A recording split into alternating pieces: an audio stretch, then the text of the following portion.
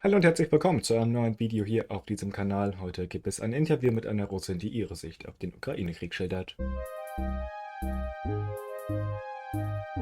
Und zwar sieht es ja so aus, dass sie immer noch keine aktuellen Berichte über den Ukraine-Krieg produzieren können, weshalb wir versuchen, auf andere Weise einen Mehrwert in Sachen Kriegsberichterstattung zu liefern. Daher dachten wir uns, dass die Sicht der russischen Bevölkerung auf den Konflikt ganz spannend sein könnte und wir durften deshalb mit Maria Ivanova sprechen, deren Namen wir geändert haben und die in Moskau lebt. Wie ihr gleich hören werdet, ist sie regimekritisch eingestellt und verfolgt den Krieg vor allem über Telegram. Wir werden heute den ersten Teil des Interviews veröffentlichen, in dem wir vor allem darüber reden, wie die russische Bevölkerung den Krieg aufnimmt und wie die Medien im Land über den Krieg berichten. Da Maria kein Deutsch kann, hat mein Kollege das Interview auf Englisch geführt. Ihr findet sowohl die Originaluntertitel als auch die deutschsprachige Version, wenn ihr die YouTube-Untertitel aktiviert. Die erste Frage, die mein Kollege gestellt hat, war, wie es Maria im Moment geht. As we talked, actually, not really good, not really bad. So we are going through the waves, I can tell you, because actually the war is actually lasting for 1 month, even more. We cannot be compared to the Ukraine's, say. You're holding up fine. This special situation that you've been put under for the past month and a half, I think, how much of it do you notice in your everyday life? If we talk about Moscow specifically, to be completely honest, nothing has changed in general. So we still have the same life. I'm not go to Moscow quite often, but I was there last week. And actually, for me, it was a bit of surprise to see that everything is actually normally almost. The only thing probably that there is a bit more police force in the streets, especially in the center. So, but people actually behave like usual at the moment in Moscow. But Yeah. simultaneously, if we look at the news and not actually the governmental news or something like that that we can see on the TV, of course, life in the regions is getting worse because there is a food problem. There is, such things started happening. I can tell you. How exactly has the mood of the Russian population changed in the past month? It's a very complex question because I think that, like in every country, we have different clusters of people. So I can tell you that progressive people probably who has been working all their life or just doing something, studying and developing, of course, they have very, I can say, formed impression about what is going on because this is a tragedy, this is terrible things, and so it's very hard. But if we talk about people who actually live more on social protection or just people who, I'm sorry to say, just lazy people who are doing nothing and just staying somewhere in the middle of the nowhere and watching TV, I think that this cluster probably is fully under the influence of the first channel, and they have very, simple picture of the world. I mean, it's a huge gap in between these two clusters.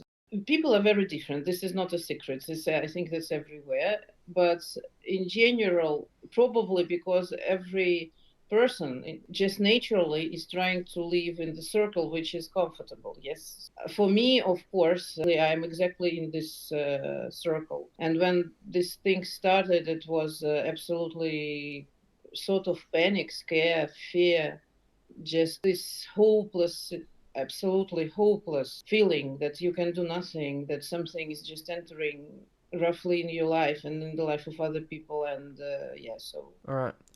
Many people have been protesting during the duration of the war, and do you think that those protests could actually endanger Russia's national security? No, absolutely.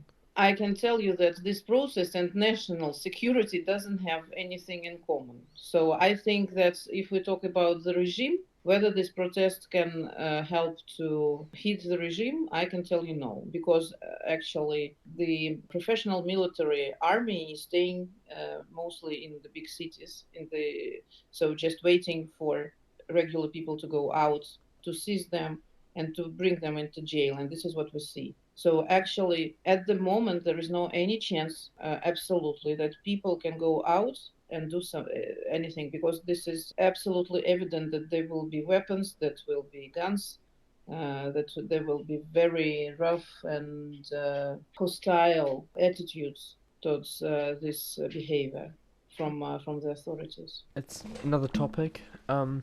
Before this, how the government calls it, special operation began. How was the whole situation portrayed in the media? Yeah, so actually, as you might know, that there were exercises near the Ukrainian border. Yeah. And actually, me personally, I really didn't ever admit the idea that indeed the invasion can start. So that was It was unexpected. even absolutely, because I was sure that this is another, political game, and I think it was just before actually that's before the 24th, definitely when these exercises were there, they were withdrawn. So actually, all the military forces were sent back. So everybody got relaxed because, okay, so they showed the force and then they just went back. Yes, it's not good. I'm not saying that to show the force is good, but at least this is what is usually happening. But of course, afterwards, there were a lot of, communication and informational streams saying that the U.S. diplomats going back and forth from the Ukraine to Poland, where they were sent back to the U.S. They were coming back, so it was endless. It was I do not know, probably 1 month. All media, local governmental media, the first channel, independent media, they all are saying more or less the same things. That actually, how to say, American diplomats and all, American people who were staying in the Ukraine at the time, they were really traveling extensively back to the European Union and then back to the Yeah. Ukraine or just to the US. So it was, I think that there was a certain preparation. If we look at this period before the war, there was a lot of different actions which were definitely like as if somebody was heating up the situation. You mentioned the governmental news. How exactly do they differ from the general consensus you get from the other media, especially in the internet? I can tell you that I do not watch governmental news, so I cannot be sure. I might guess that actually everything is perfect over there. But so I am using completely different channels. So it's more about Telegram channels. I also have almost friends in the Ukraine, so I talk to them. So this is the news I receive. So I think that there is a huge gap. I'm pretty sure about that. This is a huge gap in between what we can see on TV and what actually we can see from all other independent resources, taking into account that you need to have VPN to reach this. The Western countries, especially my home country, Germany, US, and the United Kingdom of Great Britain and Northern Ireland, are opposed to Russia. I know you said you don't watch a lot of governmental media, but have you noticed anything how these countries are reported on? I'm not the expert on what is on the official channels because I think that this is such a false data over there.